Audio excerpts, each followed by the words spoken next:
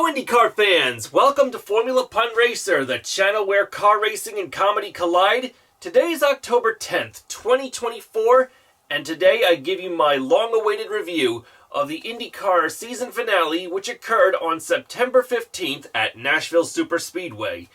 And it would be a two-driver battle for the IndyCar Championship. Alex Palou of Spain, driving for Chip Ganassi Racing, went into this race 33 points ahead of Australia's Will Power of Team Penske.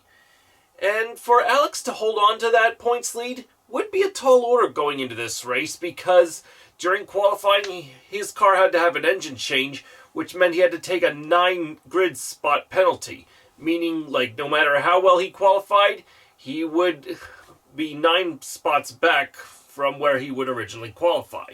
So at this point, basically, to start outside the top 20 meant to hang on to that lead would indeed be a tall order for Palou. But would he do it? Well, this is how the race unfolded. To the delight of the local crowds, local driver Joseph Newgarden of Team Penske started second, while Kyle Kirkwood of Andretti Global started on pole. When the green flag flew, Kirkwood would hold on to the lead for over 50 laps. By lap 12, the tight gap between Palou and Power for the championship became extremely loose, along with Will Power's lap belt. This forced Will Power into the pits for his crew to fix this problem, which in turn cost him valuable finishing positions in the race. Assuming Palou would finish the race, he'd be on his way to his 3rd IndyCar championship. Yeah, who would have thought that somehow an unexplained loose lap belt would loosen up Palou's lead over Power in the championship? And with him driving the DHL-sponsored car, it tells us that Palou is about to deliver a 3rd championship. Kyle Kirkwood would pit on lap 54, giving the lead over to Joseph Newgarden. 1 lap later, Felix Rosenqvist of Sweden got out of the grippy racing line they call the groove, and his car was forced into the wall, bringing out the caution flag, and he'd be the first retirement of the race. Quite unfortunate that for Felix, this would be a day that's anything but a bed of Rosenqvist. A sour day for the Swede, considering he just renewed his contract to race with Meyershank Racing in 2025. And it's a shame that his suspension was broke. And you know what they say, if it ain't broke, don't feel-ix it.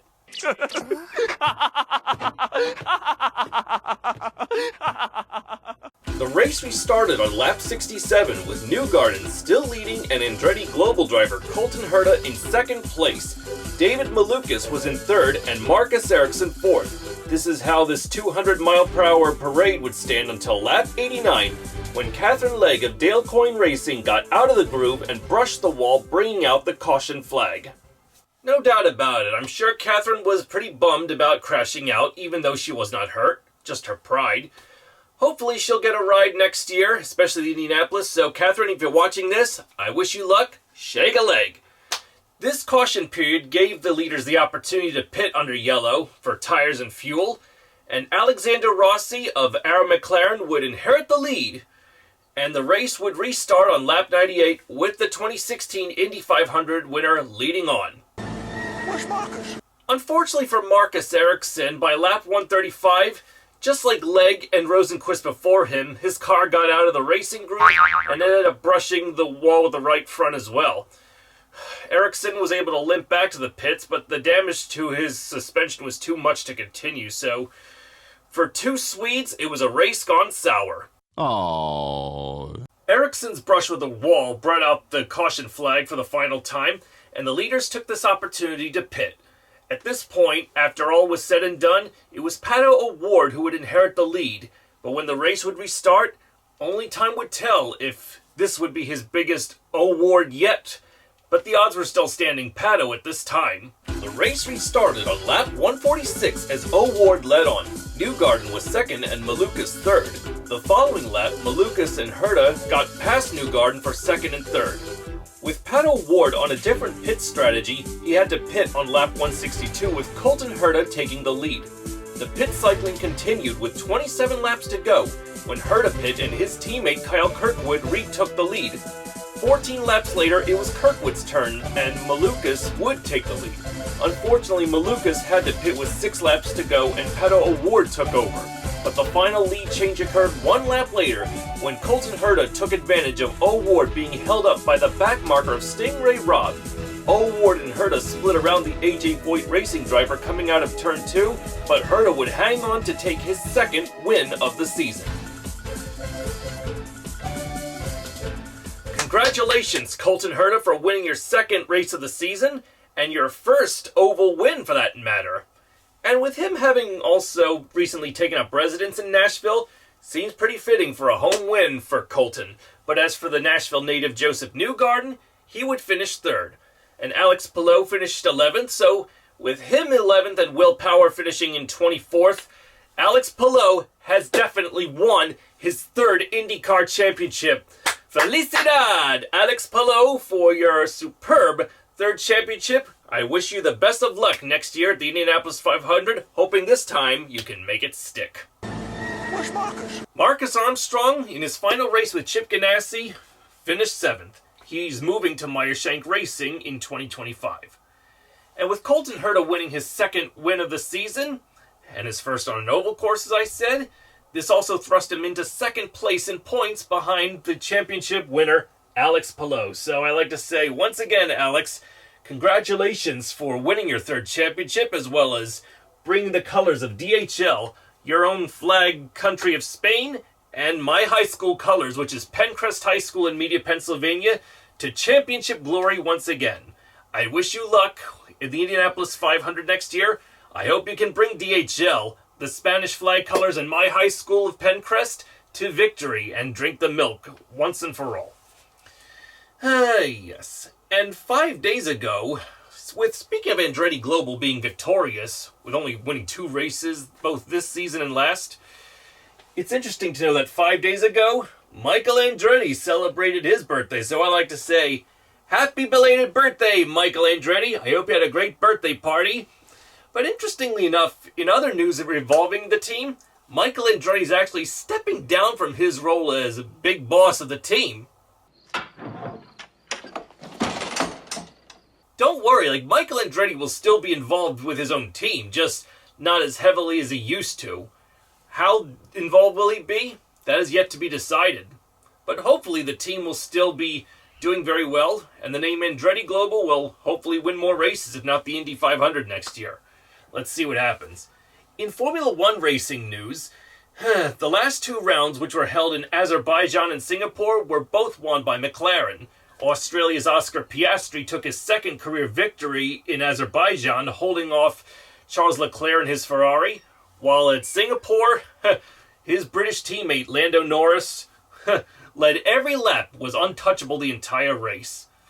And with that said, these 2 consecutive victories for McLaren has thrust the team 41 points ahead of Red Bull in the Manufacturers' Championship, although Max Verstappen of Red Bull still holds the Drivers' Championship. As for the Red Bull Junior team known as the V-Carbs or Visa Cash App Racing Bulls, well, the Australian driver Daniel Ricciardo has unfortunately been booted out before the season has ended, and he will be replaced by Liam Lawson for the rest of the season. Where does that leave Daniel Ricciardo? Who knows, because he has no ride now as a result. And it's a shame he's too chicken to race in the Indy cars, especially the Indy 500.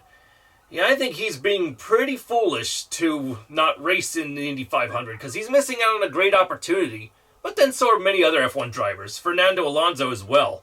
He all of a sudden considers the Indy 500 not a big priority compared to the Dakar Rally Series.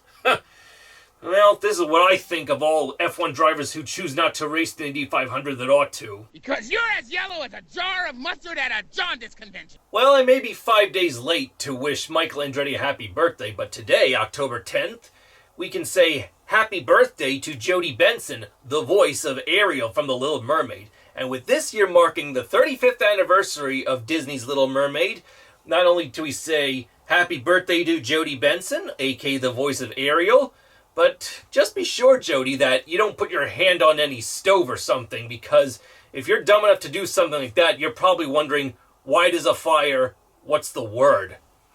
Burn.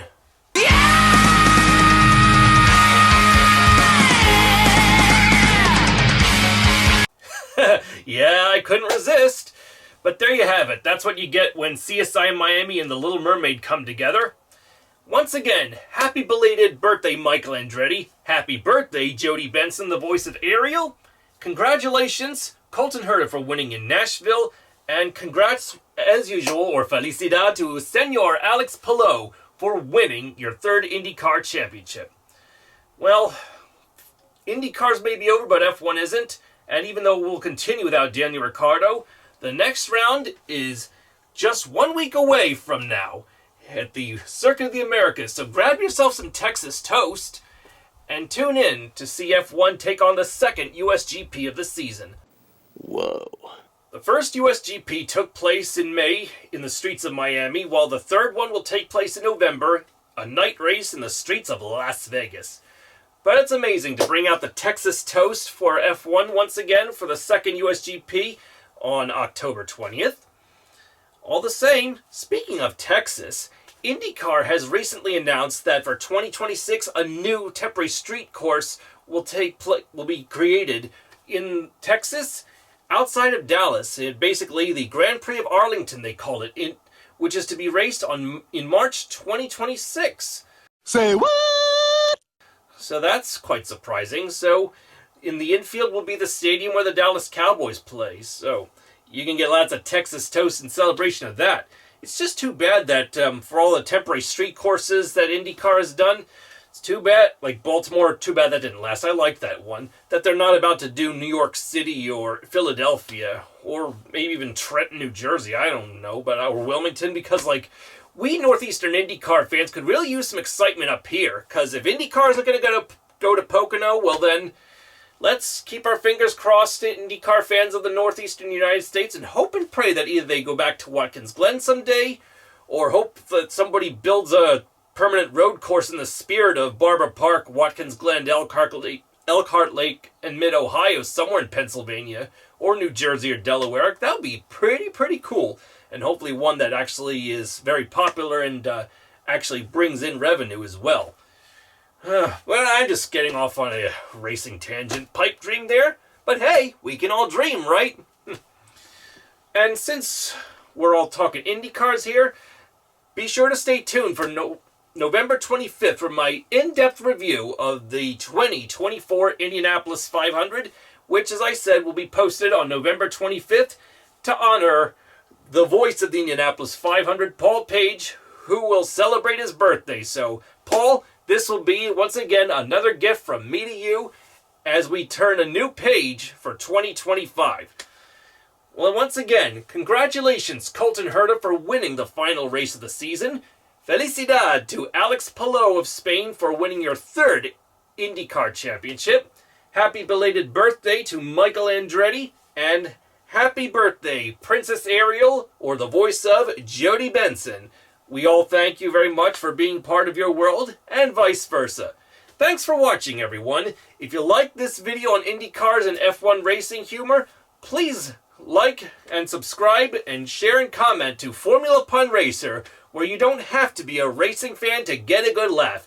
And be sure to hit the notification bell to be notified of future postings. Well, I leave you now with the final results of the Big City Music Grand Prix. Congrats once again, and here's hoping that 2025 is a very exciting, action-filled season for IndyCars, and let's see what happens for Formula One's Circuit of the Americas race. See you next year, IndyCar fans. I'm Aaron Cylinder, firing on all cylinders.